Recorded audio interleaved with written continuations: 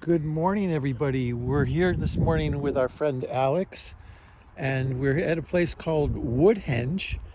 And the concrete posts that you see in the ground all around us were originally cut tree trunks, and they have been replaced in the early 1900s, I believe, by these concrete posts. But Alex knows a little bit about this site, and he's going to explain to us why, what time period, Alex, was this area constructed, and why did the folks that lived back then, why did they put these wooden posts up in this concentric circle? Yeah.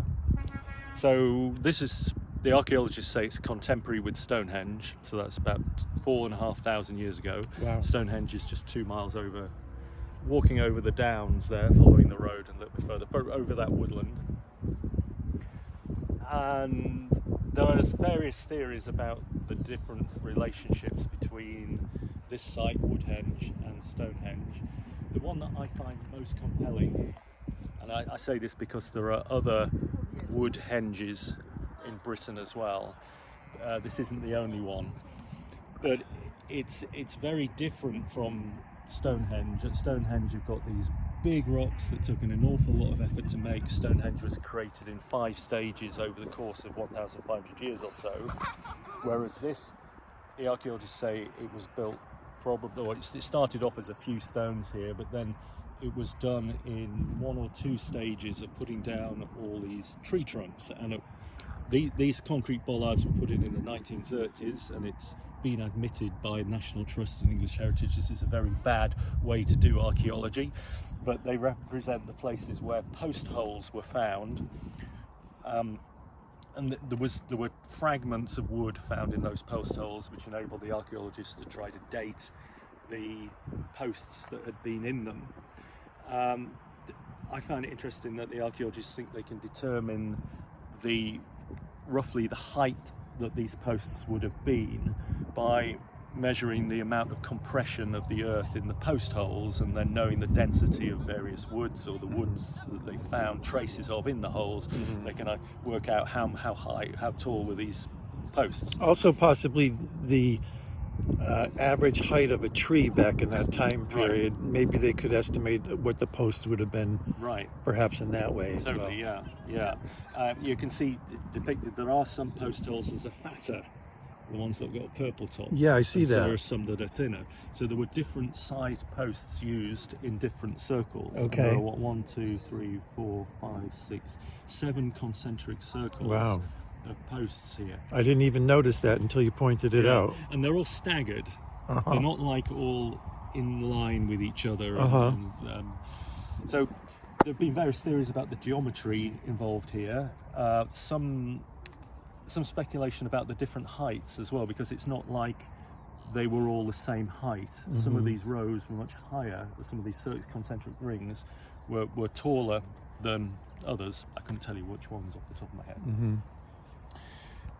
But the differences at Stonehenge, there were also some wooden posts found at Stonehenge, and the very earliest features of the site where Stonehenge is now, so going back 3,000, 4,000 years before Stonehenge was there, the very earliest things that archaeologists have found are 3 giant post holes that they say supported posts that may be 10 or 20 meters tall. Wow. Which may have served as some kind of like flag in the distance for orientating people coming to that site from a distance, when there was a lot more woodland around, in the same way that a church spire or a totem pole maybe announces. You mentioned, Alex, on the ride over here that this area was used more towards for the common man of that age, and that the Stonehenge area was used more for the like the elite and the warrior class.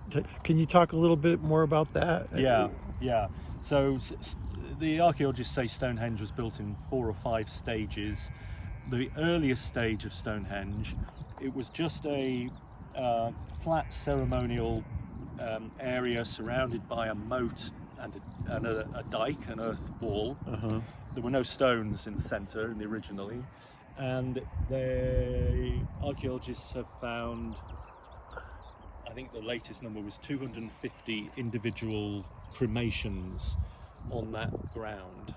So it was a funeral ground, it was a cremation ground I originally. see. Okay. Who was it a cremation ground for? Well, looking at the archaeology of other stone circles and other burial areas in Britain, we can see that some of the burial areas, the earliest burial areas, the long barrows, were communal burial